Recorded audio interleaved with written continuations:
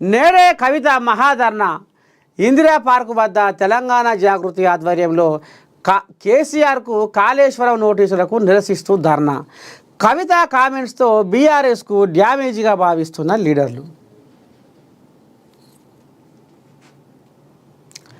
Attend అవుదామా, silent అయిపోదామా, పలువురు సమాలోచనలు.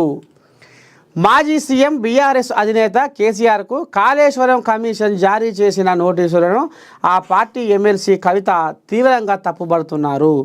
నోటీసులకు వ్యతిరేకంగా నేడు కవిత మహాధర్నాకు పిలుపునిచ్చారు. తెలంగాణ జాగృతి ఆధ్వర్యంలో జరగనున్న ఈ మహాధర్నాలో పెద్ద ఎత్తున కవిత అనుచరులు పాల్గొనే అవకాశం ఉంది. గత కొన్ని రోజులుగా కవిత అంశం తెలంగాణలో హాట్ టాపిక్గా మారిన సంగతి తెలిసింది. కేసీఆర్కు కవిత లేఖ రాయడం, ఆపై తన తండ్రి చుట్టూ దయ్యాలు ఉన్నాయంటూ వ్యాఖ్యానించడం రాష్ట్రంలో దుమారాన్ని రేపాయి. ఈ క్రమంలోనే ఆమె త్వరలో కొత్త పార్టీ కూడా పెట్టబోతున్నారంటూ వార్తలు ఊపందుకున్నాయి. అయితే కవిత చేస్తున్న వరుస కామెంట్స్తో బీఆర్ఎస్కు పెద్ద ఎత్తున డ్యామేజ్ జరిగిందని ఆ పార్టీ నేతలు శ్రేణులు అభిప్రాయపడుతున్నారు. ఈ నేపథ్యంలో కవిత చేపట్టిన మహాధర్నాకు వారు హాజరవుతారా లేదా తమకు సంబంధం లేనట్లు సైలెంట్ అయిపోతారా అన్న అంశం ప్రస్తుతం ఆసక్తికరంగా మారింది. తమ పార్టీ అధినాయకుడి కోసం చేస్తున్న ధర్నా కావడంతో మనసు మార్చుకొని అయినా బీఆర్ఎస్ క్యాడర్ వెళ్తారేమోనన్న అంశం రాజకీయాల్లో సస్పెన్స్గా మారింది. మొత్తానికి నేడే కవిత మహాధర్నా, మరి కేసీఆర్కు కాళేశ్వరం నోటీసులకు నిరసిస్తూ ధర్నా, కవిత కామెంట్స్తో బీఆర్ఎస్కు డ్యామేజ్గా భావిస్తున్న లీడర్లు. మొత్తానికి రాజ్యమేలిన కేసీఆర్ రందిలో మునిగిపాయే,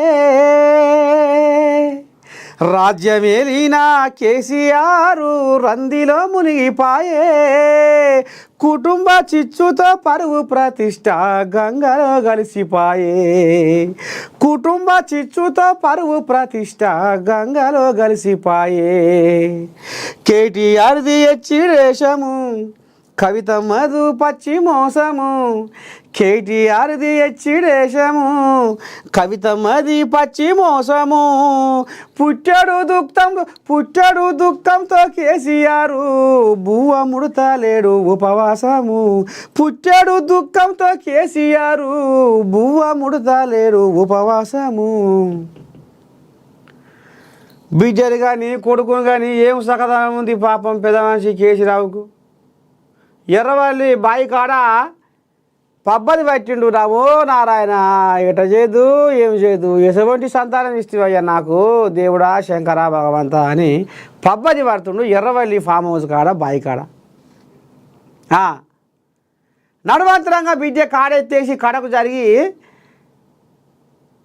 ఇక అయ్యకు లేఖ రాసుడు, అయ్య ఫోన్ చేస్తే ఫోన్ లేపకపోవుడు, అయ్య మాట పట్టించుకోకపోవుడు, అయ్య ఇద్దరిని దూతలు పంపిస్తే ఇద్దరు దూతల్ని పంపించి ఓతి బిడ్డ మీ అయ్య ఏడుస్తుండు, కూడుకు ఎడవాసిండు, కుమ్ముకు ఎడవాసిండు, పాపం మనిషి మొత్తం నారాజు అవుతుండు.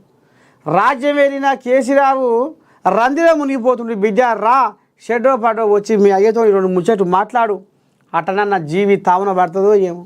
అయితే రాలే. ఇయ్యాలేమో కేసీఆర్కు కాళేశ్వరం నోటీసులకు నిరసిస్తూ ధర్నా. ఇవాళ ఇందిరా పార్క్ కాడ జాగృతి పేరు మీద ధర్నా పెడుతుందట. బిడ్డ నా పరువు ప్రతిష్ట అంతా గంగల కలిసిపోతుంది, నేను 10 ఏళ్ళు రాజ్యం ఏరితి, 20 ఏళ్ళు తెలంగాణ కోసం కొట్లాడితి, ఏంది బిడ్డ గిట్ట చేస్తున్నావు అని ఫోన్ చేస్తే ఫోన్లో మాట్లాడదామంటే ఫోను కడకు పెడుతుంది. ఎవరు ఫోన్ చేస్తున్నారు? అయ్యే ఫోన్ చేస్తుండు, పక్కకు పెట్టు. అయ్యో నా బిడ్డ ఫోన్ చేస్తే లేస్తలే జర పోయిరా అని ఇద్దరు దూతల్ని పంపిస్తే నమ్మిన మాటలను వాళ్ళని కూడా లెక్క పెట్టడం అవుతుంది. మళ్ళీ ఇవాళ ఏం సక్కన కాళేశ్వర నోటీసులకు నిరసిస్తూ ధర్నా చేస్తుందట. ఏమన్నా అందం సందం ఉన్న ఆదులా ఇలా ముచ్చట ఇలా కచ్చపెచ్చ వ్యవహారం సలగుండా ఇక ఆయన ఏమో దేశాలు పట్టిండు.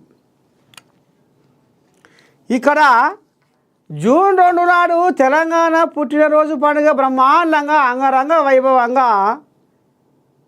జనాలు సంకలు గుద్దుకుంటా మా తెలంగాణ పుట్టినరోజు జన్మదినం అని బ్రహ్మాండంగా పండుగ చేసుకుంటుంటే ఆయన బయట దేశాలు ఖండాలు దాటి సముద్రాలు దాటి బయట దేశాలల్లో ఆయన పార్టీ పండుగ చేసుకుంటుండు. ఇంట్లో పండుగ పోయి బయట దేశంలో చేసుకుంటుండు ఆయన కేటీ రాములు. గిట్లా ఉంది ఇప్పుడు కేసీరావయ్య పెంపకం, సంతానం పెంపకం. ఇక మళ్ళీ ఇవాళ కవితమ్మకు మరి ఎట్లా నోరు వచ్చిందో ఎట్లా మనసు వచ్చిందో కానీ మళ్ళా ఇక నిన్న మొన్న అయ్యను గాయకత్తర చేసి ఇవాళ మళ్ళీ మా అయ్యకు నోటీసులు మీరు ఎట్లా ఇస్తారు అని ఇవాళ ధర్నా కూర్చుందట. పోయేస్తా కవితమ్మ ఏం చెప్తుందో 2 ముచ్చట్లు అరుచుకొని వస్తా, పోయేస్తా ఇవాళ ఆడికే పోయేస్తా.